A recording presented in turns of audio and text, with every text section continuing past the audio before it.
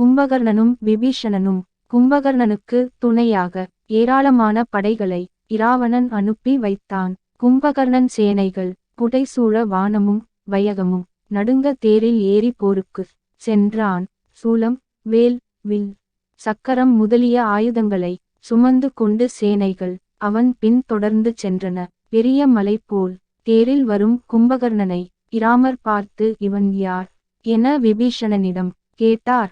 பெருமானே, இவன் காற்றைவிட விரைந்து செல்லும் கால்களையுடையவன். இவன் தான் தவறாக கேட்டுவிட்ட ஒரு வரத்தினால் எப்போதும் உறங்கிக் கொண்டே இருப்பவன். சிவபெருமான் இவனுக்கு அளித்த சூலப்படை இவனிடம் இருக்கிறது. அந்த சூலாயுதத்தை கொண்டு இவன் போரில் தேவர்களை ஓட வைத்தவன். இவனின் பெயர் கும்பகர்ணன். இராவணனுக்கு இளைவன், எனக்கு மூத்தவன். கும்பகர்ணன் இராவணனிடம் சீதையை கவர்ந்து வந்தது தவறு என கூறியும் அதை இராவணன் கேட்கவில்லை. இவன் சூலத்தை எடுத்தால் அனைத்தையும் அழிக்கும் ஆற்றல் உடையவன். விபீஷணன் இப்படி கூறியதைக் கேட்ட சுக்ரீவன் இராமரிடம், கும்பகர்ணன் பேராற்றல் உடையவன், நற்குணத்தில் சிறந்தவன். இவனை கொல்வதால் நமக்கு என்ன பயன் கிடைக்கப் போகிறது? இவனை கொல்லாமல் நம்முடன் சேர்த்து கொண்டால் விபீஷணன் தன் அண்ணனை இழக்க மாட்டான் என்றான். இராமரும் சுக்ரீவனின் யோசனையை கேட்டு, இதை கும்பகர்ணனிடம் சொல்வது யார் எனக் கேட்டார்.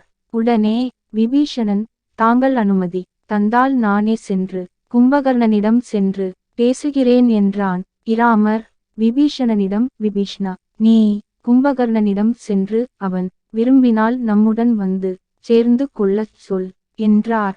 நெற்கதிர் உடனே விபீஷணன் அங்கிருந்து புறப்பட்டு வானர சேனைகளை கடந்து கும்பகர்ணன் இருக்குமிடம் சென்றான். விபீஷணன் கும்பகர்ணனின் காலில் விழுந்து வணங்கினான். கும்பகர்ணன் விபீஷணனை தழுவிக் கொண்டான். கும்பகர்ணன், நீ ஏன் இங்கு வந்தாய்? நீ உத்தமன், நற்குணத்தில் சிறந்தவன். நம்மில் ஒருவனாவது உயிர் பிழைத்துக் கொண்டாய் என மகிழ்ந்திருந்தேன். தம்பி விபீஷ்ணா, நீ இங்கு வருவதற்கான காரணம் என்ன? உன்னால் நம் குலம் அழியாத புண்ணியமும் புகழும் பெற்றது என நினைத்திருந்தேன். ராமன் உன்னை கைவிட மாட்டான். இராமனிடம் நீ இருக்கும் வரையில் உனக்கு இறப்பு இல்லை.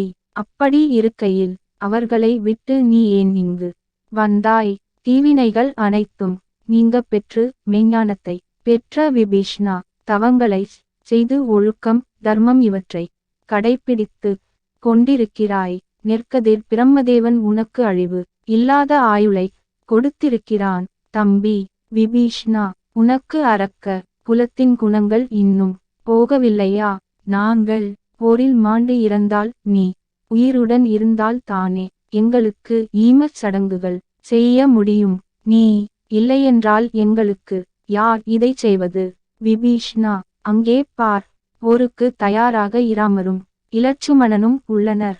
எப்படி இருந்தாலும் அவர்கள் எங்கள் உயிரை பறிக்கப் போகிறார்கள். ஆதலால் நீ சென்று இராமனிடம் சேர்ந்து கொள். இராமர் போரில் வென்ற பிறகு சீதை இராமனிடம் சேர்ந்த பிறகு அவர்களின் முன்னிலையில் இலங்கையின் ஒப்பற்ற அரசனாக வேண்டும். அதனால் இப்பொழுது நீ இராமனிடம் சென்றுவிடு என்றான்.